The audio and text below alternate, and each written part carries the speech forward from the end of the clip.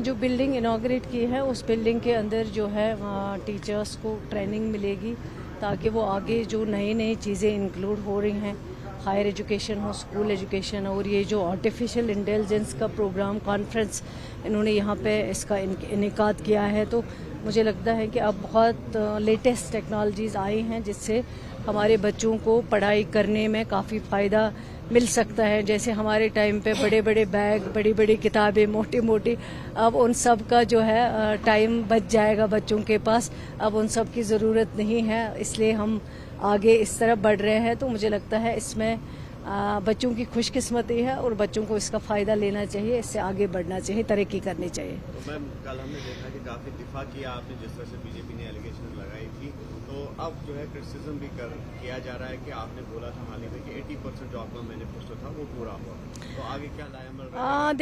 देखिए अगर आप गिनेंगे, मैंने कल भी आपको गिनवाया, हमने कहा था हम जम्मू कश्मीर स्टेट हुड के लिए रेजोल्यूशन लाएंगे, पहला हमारा वही होगा, और हमने पहले चीफ मिनिस्टर साहब ने वही लाया रेजोल्यूशन, और रेजोल्यूशन आगे चला गया। इसी तरह हमने 370 रेजोल्यूशन के लिए बात की थी हमने अपने मैनिफेस्टो में, और जब ये सरकार बनी ऑनरेबल चीफ मिनिस्टर साहब ने सबसे पहले वो रेजोल्यूशन जो है असेंबली में लाया ही नहीं बल्कि उसको पास करवाया, उसको आगे भेजा। उसके बाद हमने कहा था कि एकेडमिक सेशन जो है उसको हम चेंज करेंगे, हमारे मैनिफेस्टो में है, वो हमने किया है, उसके लिए हम कामयाब हो गए। उसके बाद हमने कहा था कि हमारी बहनों को फ्री बस सर्विस जो है वो दी जाएगी ताकि जो स्टूडेंट्स हैं उनको पढ़ने में दिक्कत ना आ जाए, वो आसानी से अपने कॉलेजेस, अपने स्कूल्स तक पहुंच सकते हैं।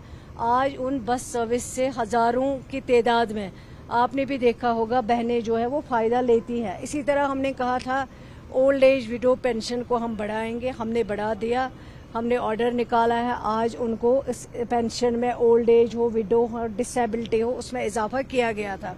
हमने कहा था हम मैरिज असिस्टेंस में जो है पैसा बढ़ाएंगे, 50 से 75 तक करेंगे, वो हमने किया है। आज वो जो है मैरिज असिस्टेंस में उसका इजाफी रकम जो है वो उन बच्चियों को मिलता है शादी के लिए जो BPL AY में आती है। हमने कहा था हम जो है क्वालिफिकेशन बार, हालांकि हमने ये नहीं कहा था क्वालिफिकेशन बार निकालेंगे, लेकिन जो ही इलेक्शन हुआ है उसी दौरान आर्डर आनंद फानंद उससे पहले ही निकाला गया है, क्वालिफिकेशन बार डाल दिया गया है। और जबकि इसमें मुश्किल होती थी, लड़की को शादी करनी है, उसमें क्वालिफिकेशन बार की क्या नीड थी।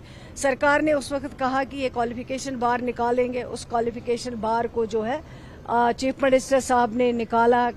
अभी बाज़ाब्ता 2 दिन पहले एक ऑर्डर इशू हुआ है सोशल वेलफेयर डिपार्टमेंट की तरफ से, और अब आगे जो बच्चियां हैं शादी के लिए जो उनको रकम लेनी है उसमें क्वालिफिकेशन बार अब नहीं होगा, वो अप्लाई कर सकती है, 75,000 जो है उससे फ़ायदा ले सकती है।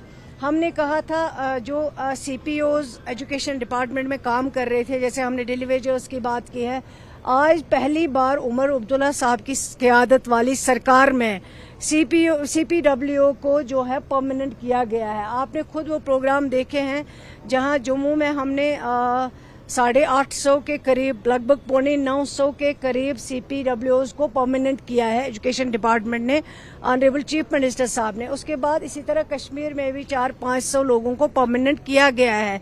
ये कंटिन्यूअस प्रोसेस है। अब मुझे बताइए, अगर मैं कहूंगी कि लगभग 80% हो गया है तो इसमें गलत क्या है? अब लोगों को अगर इसमें भी मिर्ची लगती हैं, अब कुछ चीजें हैं, एक साल में तो सारा कुछ होना नहीं। DPCs पिछले 10 वर्षों से नहीं हुई थी, एजुकेशन डिपार्टमेंट में प्रमोशन नहीं मिली थी, सारे पोस्ट्स को फ्रीज किया गया था। आज एजुकेशन डिपार्टमेंट इस कदार पे खड़ा हुआ है, डिफंग होने वाला है। आपके पास असिस्टेंट प्रोफेसर्स नहीं है, आपके पास टीचर नहीं है, आपके पास लेक्चरर्स नहीं है। हमने DPC की, हमने रैशनलाइजेशन की, आपके पास COs नहीं थे, आपके पास ZDOs नहीं थे, आपके पास असिस्टेंट प्रोफेसर नहीं। हमने रिक्रूटमेंट बोर्ड्स को रेफर किया, हमने कहा कि हम 50% पोस्ट को फ्रीज करेंगे जिनको डिफ्रीज किया गया था।